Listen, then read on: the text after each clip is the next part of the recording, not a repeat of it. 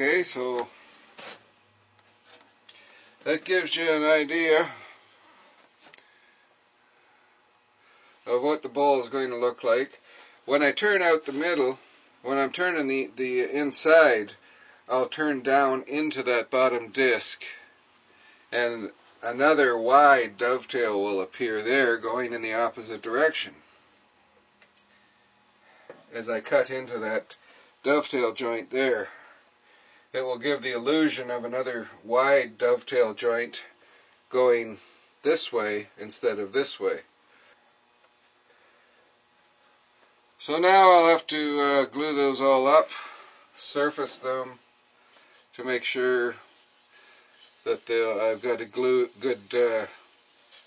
glue surface between the rings, and then so I glue each one individually, each half ring into a full ring, and then once that glue is dried, I stack them and glue them together. The bottom here, I'll actually glue that up and put it on the lathe and turn a recess for my chuck to grip it in expansion mode. And then before I glue it to the rest of the bowl, and then that'll be all set. Once the glue is all dried and it's ready to go, all I have to do is go on to put my chuck jaws inside that recess and open them up to grip it. Saves a lot of messing around trying to figure out how to get it mounted once it's glued up. Okay, so now I've got the half rings glued together to make full rings and a bottom disc.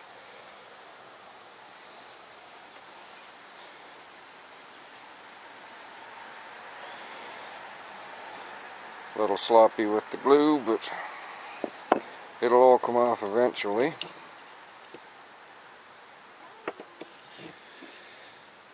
If I put them together that way, they're back together as if they were the same original board.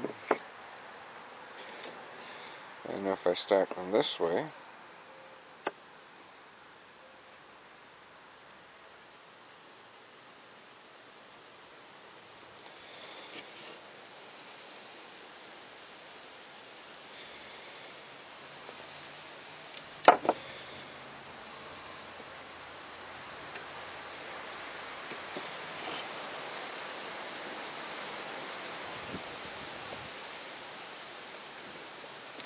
it gives a preview of the finished bowl.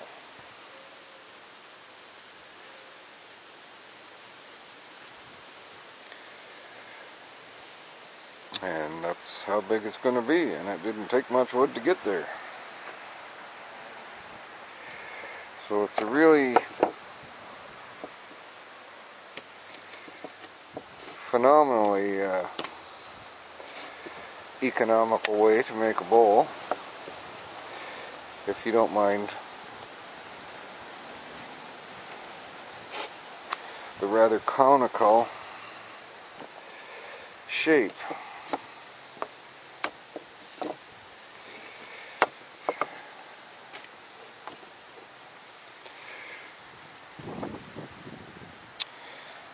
So that glue, I'm going to let that cure for a while before I do any more with them. I generally find that if I work on it too soon after I glue things together, then I get a raised ridge at the glue line all the time, because the wood shrinks some more after I've cut it back level, and the glue line stands proud, so you can feel a ridge at the line. So I'll let that cure for a bit before I do any more. Okay, almost got ahead of myself here. I mounted some plywood jaws and turned a recess that would grip the edges of that bottom disc. I undercut them a little bit since the edges are undercut, that gives me a good a good solid grip. I just made a light pass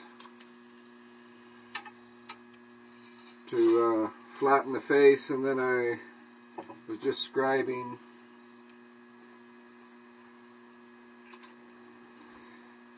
some lines to define the recess for my chuck jaws at 2 inches.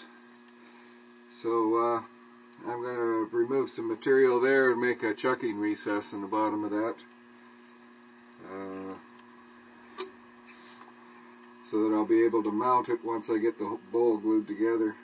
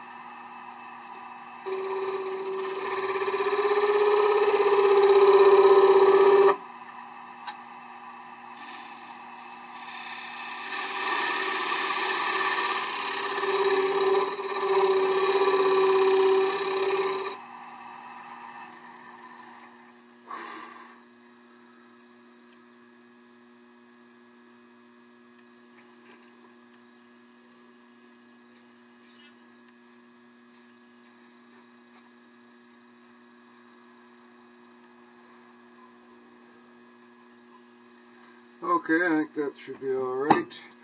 All I really needed to do was get that chucking recess established, so that once I have the bowl glued together, I won't have any problems mounting it on the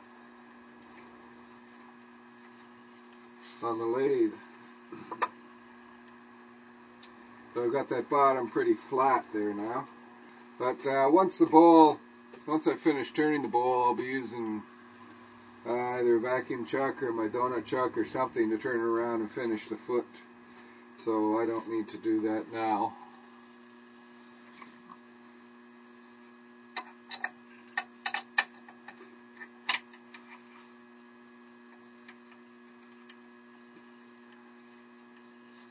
So that's done.